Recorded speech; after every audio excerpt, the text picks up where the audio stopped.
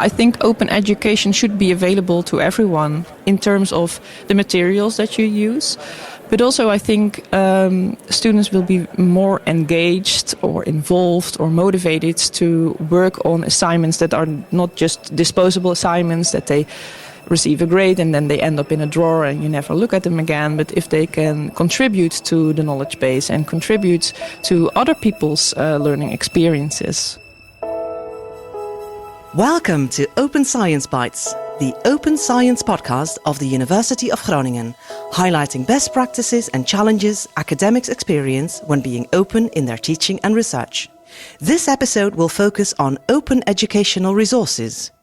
In a nutshell, open educational resources are learning, teaching and research materials in any format and medium that reside in the public domain. In other words, they are free to use for anyone. In this episode, Anoek Sluiter-Oerlemans, Assistant Professor in Youth Studies at the Faculty of Behavioural and Social Sciences, shares her views on and experiences with open education. This academic year, I started to take the first few steps in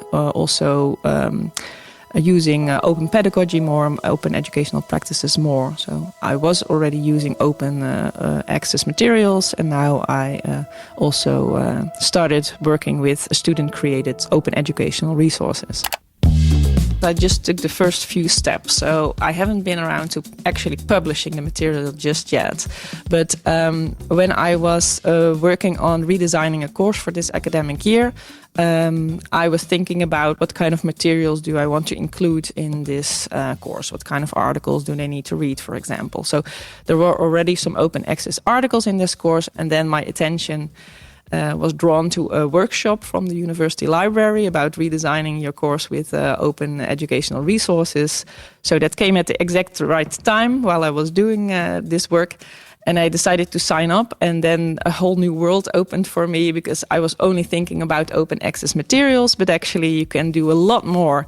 Have students also work on co-creating materials, and they had a lot of inspiring examples. And that's when I decided that I wanted to include that as well in my course.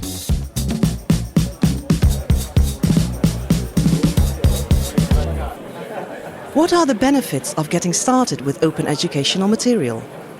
According to Anoek, the process of co-creating open educational materials together with students brought extra motivation to the classroom and a different learning experience. It motivated the students in a different way, and they were very actively involved. So they worked in group settings.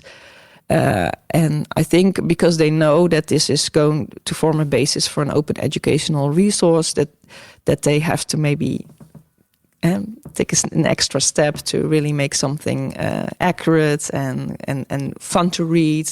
I asked them to consider a little bit a layman's audience for their project or knowledge chapter. So this was something different from what they are used to. So that also created a different learning experience, I think, for them. So that was, I think, the main benefit for me. And from the teacher's perspective, using open educational resources also provides an opportunity to learn from and be inspired by peers all over the world. Because I used other persons' course guides or materials to be inspired, I think that's also an advantage of having access to these open educational resources. Just be able to take a look in another teacher's kitchen, so to say, see how they do these kind of things. And as a relatively new teacher myself, that was really helpful also. Just see how could you do this, how could you approach this. And this is also why I want to pay it forward a little bit and publish my course guide and my plan, hopefully to inspire other teachers as well.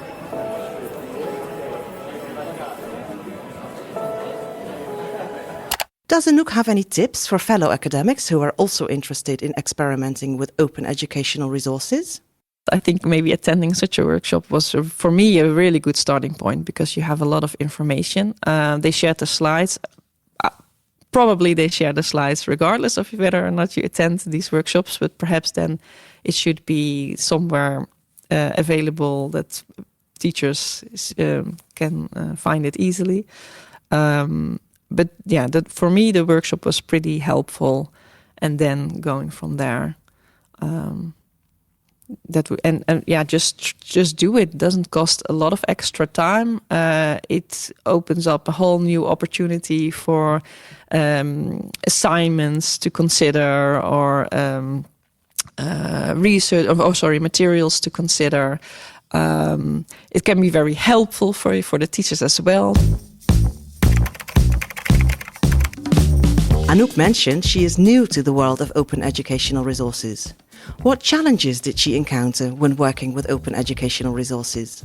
I didn't encounter that many obstacles, actually. The students were really on board with it, or at the very least they weren't opposed to the idea. So they were quite enthusiastic about it. So, and they all approved of the publication. Some prefer to be anonymous, others prefer to have full credit with their name. So I gave them that option, and also gave the option to reconsider at any time and contact me about it. So no, so far not many obstacles. Perhaps the most important obstacle is just finding the time now to prepare everything for publication, with everything else going on. Anoek also tries to be open in the way she approaches her research. It started with publishing open access, and this is something that I strive to do throughout my entire career. But I think the focus is now more and more also on sharing your data set, sharing your syntax, sharing or pre-registering your plan, so you can then follow up with, okay, we've collected the data now and we conducted the experiment, for example, and this was our plan, so we're going to stick to the plan and what comes out of that.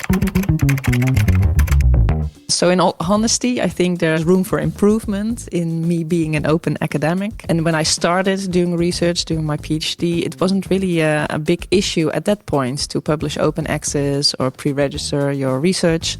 And I think in the years following that, it became more a topic. And actually, looking back at it, I'm thinking, why wasn't this an issue before? Because it makes so much sense to be open and to publish your research so that everyone is able to read about it and be accountable. So be very open and transparent. I think that's really important.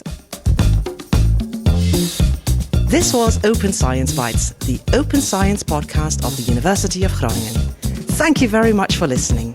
Join us for our next episode on open educational resources with Sander van Lanen from the Faculty of Spatial Sciences. Open Science Bites is produced by the University of Groningen Library with technical support of Wim Brons.